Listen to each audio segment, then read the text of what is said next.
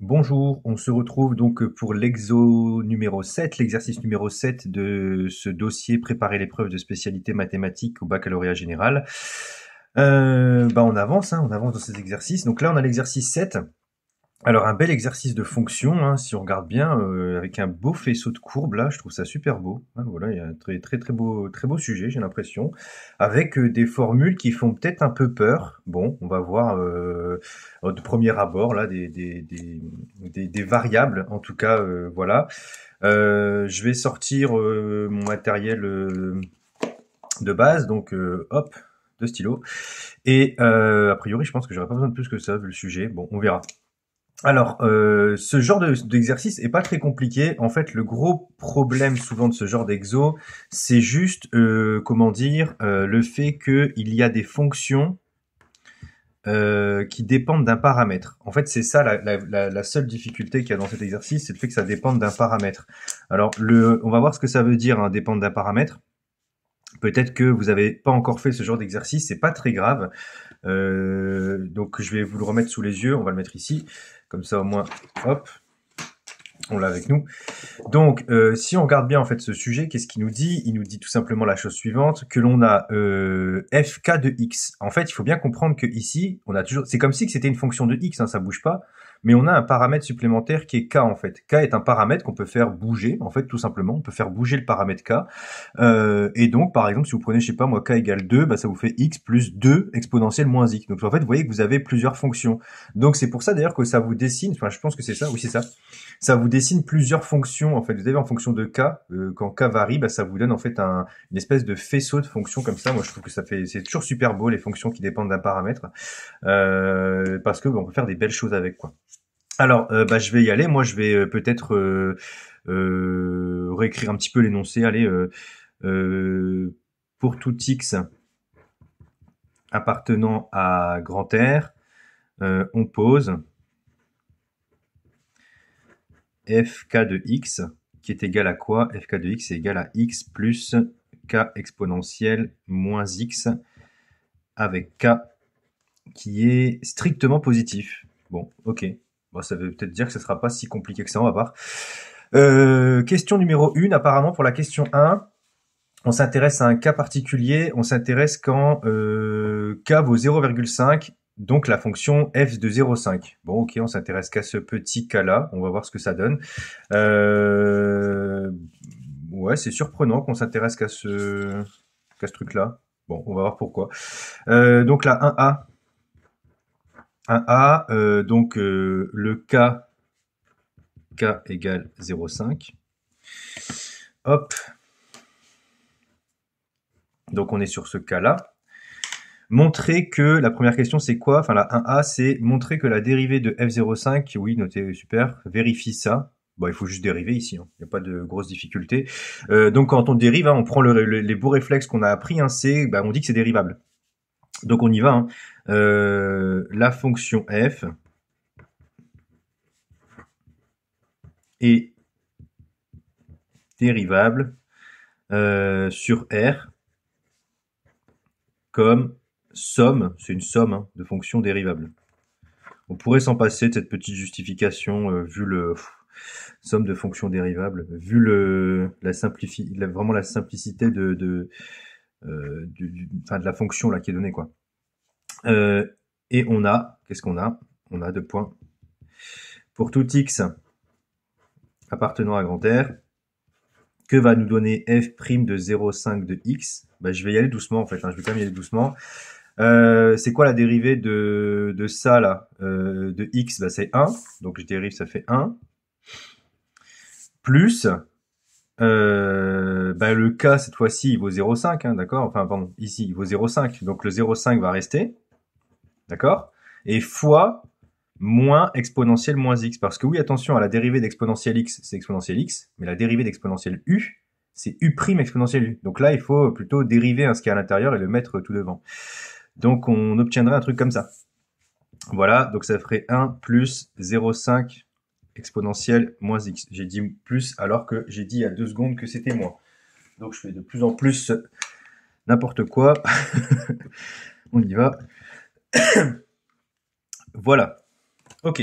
Ben voilà, c'est fini. On a terminé la première question. Vous avez vu, il n'y a pas grand-chose, hein. Pas grand-chose du tout. Parce que bah ouais, on a bien démontré ce qu'il fallait. Hein. Il fallait bien montrer que f de f' de 0,5, ça valait ça. Hein. C'est terminé. Montrer que la fonction f de 0,5 admet un minimum en ln de 0,5. Bah, il suffit d'étudier ici. Hein. Donc on étudie les variations de f. Et pour étudier les variations de f, bah, il faut étudier le signe de f'. Bah, on y va. Petit b. Petit b, bah, étudions les variations de f, quoi. Donc, étudions les variations de f 0,5. Voilà, c'est quand même bien que vous écriviez un petit peu ce que vous faites, hein, parce que parfois vous foncez directement dans le calcul, vous mettez, enfin vous prenez vos grands chevaux là, et après vous commencez à dire ouais f' égale tout ça. Écrivez quand même ce que vous faites, hein, parce que sinon c'est embêtant. Donc étudions les variations de f 0,5. Donc pour étudier les variations de f 0,5, bah, qu'est-ce qu'il faut faire? Tout simplement, il faut aller étudier le signe de f'. Donc pour étudier le signe de f', il faut chercher les zéros de f, enfin, pardon, de f0,5, de f'0,5. Donc je vais chercher quand est-ce que cette dérivée là s'annule pour savoir si ça change de signe ou pas. Donc on y va. Cherchons les zéros de f. Les zéros de f', pardon, j'ai dit f, mais c'est f' 0,5. Donc là, on a une sous-partie, entre guillemets, je dirais. Donc c'est quoi un zéro, hein, si ce terme-là vous parle pas trop? Un zéro, c'est ça. C'est tout simplement dire quand est-ce que la dérivée s'annule. On appelle ça des zéros. Alors on pourrait peut-être aussi dire des racines, mais en général, moi, je réserve le terme racine pour les polynômes. Donc je préfère dire 0 quand c'est pas des polynômes. Donc voilà. Donc ça fait moins 0,5 exponentielle moins x qui vaut moins 1. Donc si je divise par moins 0,5 de chaque côté, je vais avoir exponentielle moins x qui vaut 1 divisé par 0,5. Enfin je vais mettre moins, comme ça au moins vous verrez bien ce que je fais. Donc ça fait 2.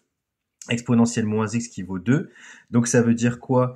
Ça veut dire que ln de exponentielle moins x est égal à ln de 2. J'espère que je dis pas de bêtises. Ouais, et donc ça me fait moins x qui vaut ln de 2. Je détaille vraiment à fond là, je détaille vraiment à fond. Moins x qui vaut moins ln de 2, donc ça fait x qui vaut moins ln de 2, et là on se dit merde, c'était en 0,5 et pas en moins ln de 2. Bah en fait c'est parce que peut-être que vous n'avez pas été jusqu'au bout, parce que c'est une propriété du logarithme, hein, au cas où vous le saviez pas. Ben, moins ln de a, c'est ln de 1 sur a. Donc ça fait ln de 1 demi. Et donc on trouve bien ln de 0,5. Voilà, tout simplement. Donc c'est bien ce qu'il fallait démontrer. Enfin en tout cas, pardon, démontrer, excusez-moi, je vais un peu vite là quand même. Parce que je sais ce qui va se passer par la suite. Donc ici, on vient de démontrer que ça s'annulait en ça. En ln de 1 demi. Donc il y a bien a priori un 0, mais maintenant il faut encore dire est-ce que c'est un minimum ou pas. Alors ici, le truc que vous pouvez directement faire, hein, c'est pas très compliqué, c'est hop, donc j'ai pas besoin de ça. Ok, c'est justement d'aller faire directement les variations de f.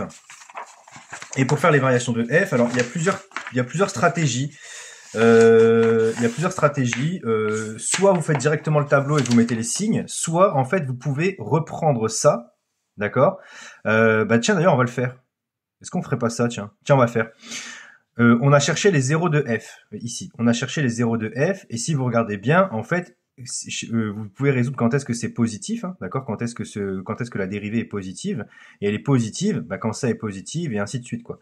Donc en fait ici ce qu'on va faire, on va essayer de déterminer rapidement le signe de f'. Donc, déterminons. En général, je le fais pas comme ça, mais je pense que c'est bien de le faire en 2 fois. Comme ça, au moins, vous avez une étude complète. Le signe de f' de 0,5. Pas besoin de le faire aussi long, mais là, je trouve que c'est bien de le faire, quoi. Comme ça, au moins, je me dis que je l'ai fait au moins une fois. Donc, je regarde quand est-ce que f' de 0,5 de x est positif. Donc c'est positif quand en fait ça? C'est positif quand 1 moins 0,5 exponentielle moins x, c'est positif. En fait, vous allez voir que ça va quasiment ressembler à la résolution qu'on a fait tout à l'heure. Donc, ça va être... Alors, je vais le faire doucement parce que vous allez comprendre pourquoi. Alors vous aurez envie de me dire, bah ouais, bah c'est bon, on a compris, ça va être x plus grand que ln de 2, 1 demi, pardon. Bah c'est pas sûr ça en fait. Avec les signes moins là qui se baladent, faut faire attention. Donc ici, bah vous voyez déjà là, je veux diviser par moins 0,5 de chaque côté. Et ben tout simplement, je vais devoir faire ça. Je vous rappelle que quand vous divisez ou que vous multipliez par un nombre négatif, ça change de signe. Donc ici, enfin le sens de l'inégalité. Donc là, ça va vous donner, je rappelle que ça fait 2, pardon. Donc ça va me donner ici ln de exponentielle moins x, qui est plus petit que ln de 2. Donc là, on peut peut-être préciser par croissance du logarithme. Le logarithme est croissant. Comme le logarithme est croissant, il ne change pas le sens de vos inégalités. Donc par croissance du logarithme.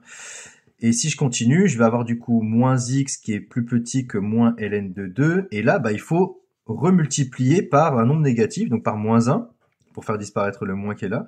Et donc, vous allez rechanger le signe, ici.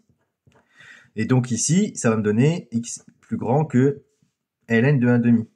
Alors, je sais ce que vous allez me dire, bah oui, bah c'est bon, on avait f de x plus grand que 0, bah il fallait juste mettre là. Bah non, parce que vous avez bien vu qu'en fait, ici, il y a quand même eu du changement de signe. Hein. Ça se trouve, on aurait pu avoir un signe inverse ici. Il faut quand même bien faire attention à ça.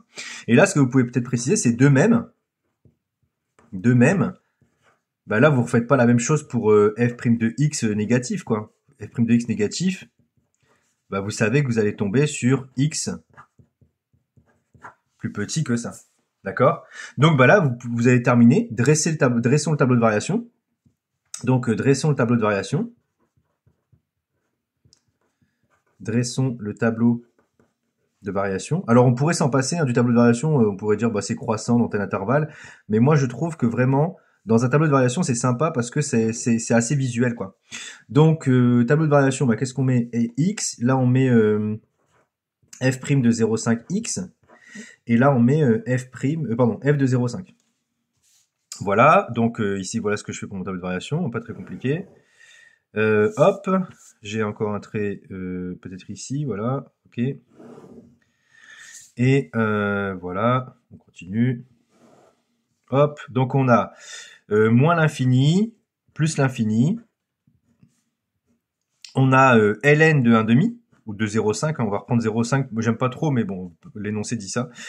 Ça s'annule, ici. Et donc, on dit que c'était négatif là, hein, c'est ça, hein, c'est positif quand c'est plus grand que ln de 2, et c'est ln de 1 demi, et c'est négatif avant. Bah, vous avez bien une fonction qui est, du coup, décroissante, croissante. Donc, hop, et croissante. Voilà, tout simplement. Donc, vous avez bien un minimum en ln de 0,5, qui vaut f de ln de 0,5, quoi. On pourrait d'ailleurs le calculer, ça. Bon, on va le calculer, tiens, justement. Parce qu'on va faire une petite phrase réponse. Donc, on va dire, donc, la fonction f de 0,5 admet un minimum en ln de 0,5. Donc, ça admet en x, hein, d'accord? Ça admet un minimum en ln de 0,5 qui vaut 2 points, f de 0,5 de ln de 0,5. En fait, pour savoir ce qu'il vaut, il faut calculer l'image, quoi. Ici, effectivement, c'est 0,5, j'ai oublié. Ben, on remplace, ça fait ln de 0,5. Je rappelle que la fonction, c'est celle-là. X plus 0,5 exponentielle, voilà. Donc, plus 0,5 exponentielle moins ln de 0,5. Ben, on y va, on a presque fini. Donc ça fait ln de 0,5 et je rappelle que moins ln d'un truc là, bah, c'est ln de 1 sur le truc. Si vous, donc ici, bon, je vais aller doucement. Ça va faire exponentielle de ln de 1 sur 0,5. D'accord? Ça donne ça en fait, hein, exponentielle de ln de 1 sur 0,5. Et là, exponentielle de ln, bah, ça va se simplifier, mais on va rester que le terme à l'intérieur. Je vais donc avoir ln de 0,5 plus, j'ai été trop vite, j'allais mettre plus 1 parce que je savais que j'allais avoir ça. Même là, j'ai été un peu vite, c'est pas sympa. Allez, je réefface. Plus 0,5 fois 1 sur 0,5. Ah, si vous regardez bien, hein, ce exponentiel ln, ça va simplifier, il va rester que ça, mais tout ça, ça fait 1. Donc il vous reste ln de 0,5 plus 1. Voilà, tout simplement. Donc bah là on a terminé apparemment la question 1A, 1B. Alors vous avez vu, hein, alors j'avoue j'ai été un peu long là quand même, hein, mine de rien. On aurait pu faire plus court que ça. On a quand même mis une quinzaine de minutes là pour ça, mais on aurait pu faire un peu plus court, je vous le cache pas. Je pense que cette partie-là, par exemple, on aurait pu la coupler avec l'autre partie où on cherchait le zéro en fait. On aurait pu faire ça d'un coup, je pense. Mais moi, je trouvais que c'était bien de vous faire les deux différents. Comme ça, au moins, on fait une recherche de zéro et on fait une recherche de signe et pour vous montrer qu'en fait, c'est pas vraiment toujours la même chose, quoi. Voilà. Donc, bah, on continue, hein. Qu'est-ce qu'on a pour la suite de ce sujet? Là, on a quoi? On a soit un réel strictement positif, on donne le tableau de variation de FK. Ok. Bah, apparemment, il nous le donne. Ok, bon. Bon, il semblerait que ce soit la même chose, hein. Montrer que pour tout réel k, f de k, ah, c'est même pas la dérivée? Ah, ok. On demande juste de remplacer par ln de k dans f de k. Bon, ok. Ok. Je suis assez surpris là que ce soit pas plus compliqué que ça, parce qu'il faut juste remplacer quoi. Donc bon, on va voir. Bah je vais faire ça. Allez, calcul de f de ln de k. Vous avez vu le réflexe à chaque fois que je prends, j'écris toujours ce que je fais en fait. J'écris toujours ce que je fais parce que je veux que le correcteur ou la correctrice comprenne que ce que je suis en train de faire. Donc bah, pour tout cas strictement positif et pour tout x appartenant à grand R, parce que ici il y a deux trucs, hein, d'accord. Alors est-ce qu'on a besoin de pour tout x? Bah non, on a besoin de pour tout x, c'est n'importe quoi parce qu'on va remplacer. On n'a pas besoin de x, donc tant pour moi, désolé. Fk de ln de k, bah, qu'est-ce que c'est? Tout simplement, bah, il faut remplacer dans la fonction, hein. Donc ici, vous remplacez votre donc fk de x, bah, fk de ln de k, vous remplacez tous les x par ln de k.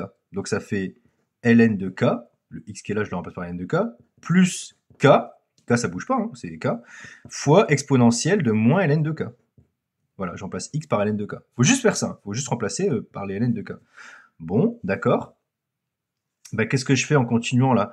Bah, j'écris que c'est ln de k plus k fois, bah là pareil, hein, je vais faire le même combat que tout à l'heure, je vais dire que c'est ln de 1 sur k.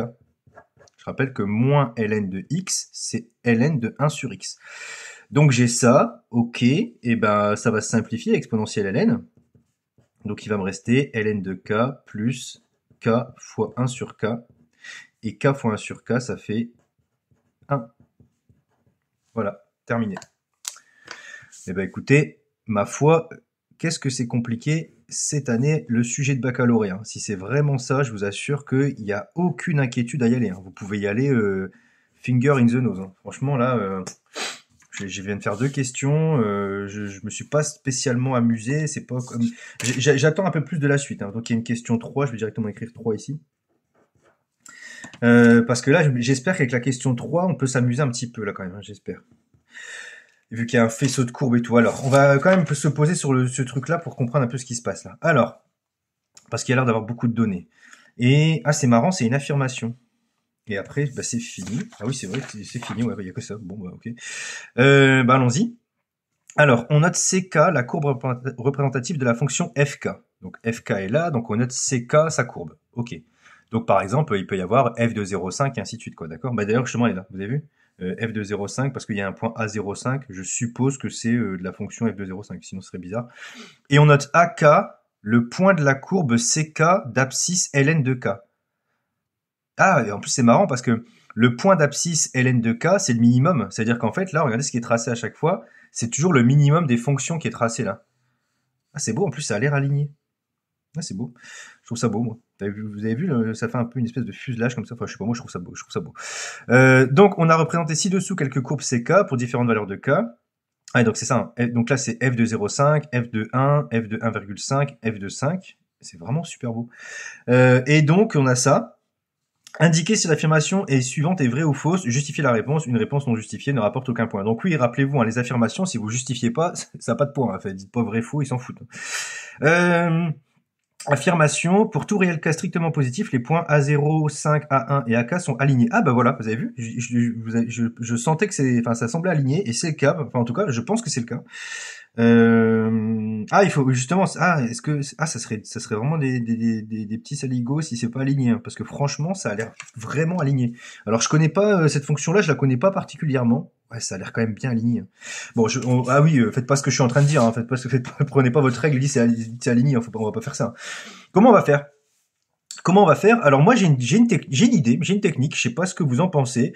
En fait on va utiliser de la géométrie ici pour montrer que les points sont alignés, les points A05, A1 et AK. Ce que je vous propose de faire, c'est qu'on démontre que le vecteur A05, A1 et A1, AK par exemple sont collinéaires. En fait, si on fait ça, on a terminé. Donc ça, c'est un truc, je vais vous le montrer là. Hein. Si vous voulez, on peut le faire sur un brouillon rapidement pour que vous voyez un petit peu. Donc A05, A1, AK. Donc regardez, je vais le faire ici. Donc si j'ai des points A05, alors je vais les aligner comme ça, au moins je vais tricher un peu. Hop, A05, A1, AK. Je veux montrer que ces points sont alignés. Si je veux montrer que ces points sont alignés, j'ai juste à montrer que A05, A1 par exemple, est collinéaire à 1,1 AK. Par exemple, je peux faire ça. Alors, j'ai pris A05 A1 et A0 et A1 AK, mais j'aurais pu prendre A05 A1, A05 AK, ça marche aussi. Si vous avez des vecteurs, si vous avez 3 points et que ces 3 points vont former 2 vecteurs collinéaires, les points sont forcément alignés. Donc moi, je pense à ça. Alors pourquoi je pense aux vecteurs? Parce que j'ai les coordonnées des points. Les points, je les connais parce que je connais leur abscisse. Et comme je connais leur abscisse, j'ai juste à remplacer dans F pour avoir leur ordonnée. Je vous rappelle qu'un point qui est ici, hein, sur une fonction, quand vous êtes sur une fonction, je vais le remettre ici, peut-être que vous l'avez oublié aussi, peut-être que vous avez plus la tête là-dedans, mais hop, quand vous avez une fonction comme ça, imaginons, si vous avez ici un point que vous appelez petit a, hop, et ce que vous lisez là, je rappelle que c'est f de a. Si votre fonction, elle s'appelle f, quoi. Donc ici, je connais les coordonnées des points. Si je connais les coordonnées des points, je peux connaître les coordonnées des vecteurs. Donc je peux faire après de la collinéarité, quoi. Donc moi je pense à ça. Je vois pas plus simple que ça, honnêtement. Alors il y a peut-être plus simple, j'en sais rien. Mais moi c'est la première chose qui me vient à l'esprit. On y va, on va faire ça. Allez. Franchement, je serais étonné si ça marche pas, hein, parce que en fait ça a l'air quand même bien aligné. Allons-y. Donc pour montrer, on va quand même expliquer ce qu'on fait. Hein. Pour montrer que les points A05, A1 et AK sont alignés, il suffit de montrer que les vecteurs, alors je vais choisir des vecteurs au pif, hein, A05, A1, ce que j'ai dit tout à l'heure, quoi, et A1, AK sont collinéaires, tout simplement. Et là, quand vous faites ça, vous êtes en train d'expliquer au correcteur ou à la correctrice que vous êtes en train de faire votre stratégie, quoi.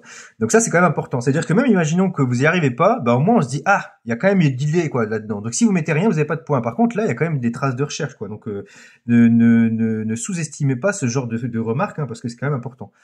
Donc allons-y. On va d'abord donc coordonner des points A05, A1 et AK. On va y aller vraiment méthodiquement. On va vraiment montrer là au correcteur, à la correctrice qu'on sait bien faire. Donc on y va méthodiquement. A05, c'est quoi ces coordonnées A05? Donc A05, ses coordonnées, c'était ln de 0,5, parce que c'est le point d'abscisse 0,5, et on sait qu'à chaque fois, c'est là où ça va être cool, on sait qu'à chaque fois, quand vous remplacez par ln de 0,5, par ln de k dans la fonction, ça donne ln de k plus 1. Donc je sais que la coordonnée qu'il y a ici, en ordonnée, c'est ça. Du coup, je vais avoir la même chose pour ln pour A1, excusez-moi. A1, du coup, c'est donc ln de 1, ln de 1 plus 1. Donc ça me fait 0,1. Oui, regardez, en plus, ça a l'air de bien tomber, effectivement, regardez, vous le voyez, on le voit ici. Là ça prouve qu'on raconte pas trop de... En fait, vous avez vu, ça m'a un peu surpris, je me suis dit, tiens, est-ce que je peux pas vérifier ce point-là? En fait, vous voyez, je le vois ici, hein, ça fait bien 0,1. Donc ça permet de vérifier aussi que vous racontez pas n'importe quoi. Et donc, on y va pour AK. Et AK, bah lui pour le coup, AK, je peux pas faire mieux que ça, hein. AK, c'est forcément ça et ça. Je peux pas faire mieux. Voilà. Maintenant, on y va pour les coordonnées des vecteurs. Donc ça, c'est les coordonnées des points. Coordonnées des vecteurs. Donc des vecteurs quoi? Des vecteurs, je dis quoi? A05, A1 et A1, AK. Ok. Hop. Bah on y va. A05, A1. J'aime vraiment cette question en fait. Je la trouve vraiment intéressante. Donc ça fait quoi A05, A1? Bah c'est les coordonnées de A1 moins celles de A05. Donc A1 c'était 0 moins ln de 0,5. Ouais. Et 1 moins ln de 0,5 plus 1 avec des parenthèses. Je fais attention parce qu'il y a un moins ici et là il y a une addition, donc il faut faire attention. Donc ça va me donner quoi? Ça va me donner comme coordonnée du coup moins ln de 0,5 et bah, moins ln de 0,5. Si vous regardez bien, ça va donner là, bah, mais là 1 moins 1, donc ça il restera que le moins ln de 0,5. Ok, très bien. Et ensuite j'ai dit quoi pour le deuxième? C'était A1AK.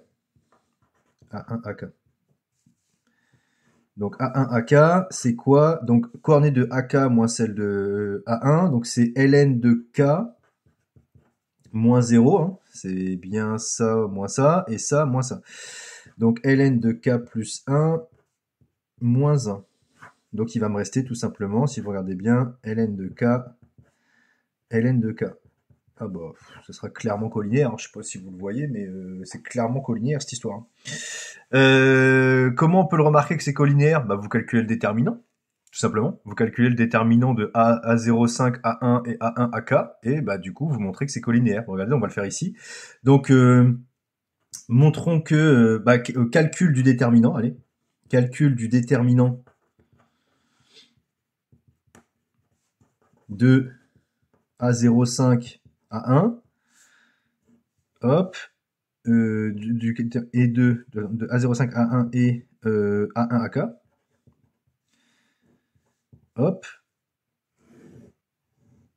Voilà, donc souvent on le note comme ça, le déterminant, c'est det de A05, A1 et A1, AK. Et on écrit les coordonnées des deux vecteurs. Donc A05, A1, c'est quoi ces coordonnées? C'est ça, c'est moins ln de 0,5, moins ln de 0,5. Et on écrit les coordonnées juste à côté des deux autres vecteurs, ln de K, ln de K. Et c'est quoi le déterminant? Là, quand vous faites ça, là, vous montrez vraiment que vous savez faire. Franchement, si vous arrivez à faire ça le jour J, c'est vraiment super. Le déterminant, c'est tout simplement ça fois ça, moins ça fois ça. C'est juste ça le déterminant. Je rappelle, ça fois ça, moins ça fois ça. Donc ça fois ça va faire moins ln de 0,5 fois ln de K, moins ln de 0,5 fois ln de K. Et j'ai même pas besoin de calculer d'aller plus loin, c'est la même quantité avec un moins. Bah, ça fait 0. Ça fait 0, bah, quand un déterminant est nul, ça veut dire que vos deux vecteurs sont collinéaires. Si vos deux vecteurs sont collinéaires, vos points sont alignés. Voilà, tout simplement. Donc, qu'est-ce qu'on peut dire ici? Donc, les vecteurs A05, c'est vraiment une belle question, je trouve. C'est vraiment une belle question. Franchement, j'aime beaucoup. J'aime beaucoup, j'aime beaucoup. A05, A1 et A1, AK sont collinéaires. Vraiment, c'est une belle question. La collinéarité, en plus, c'est en seconde qu'on voit ça, ce fameux déterminant. Alors, vous le notez peut-être pas comme ça dépend comment vous le notez, mais c'est pas très compliqué, hein. Si vous avez vu, c'est juste vous notez vos vecteurs, vous faites une espèce de produit en croix comme ça, là, ça fois ça, moins ça fois ça, et c'est terminé. Donc, les vecteurs A05, A1 et A1, AK sont collinéaires. Donc, les points A05, A1 et AK sont alignés. Et là, vous terminez en disant l'affirmation est vraie.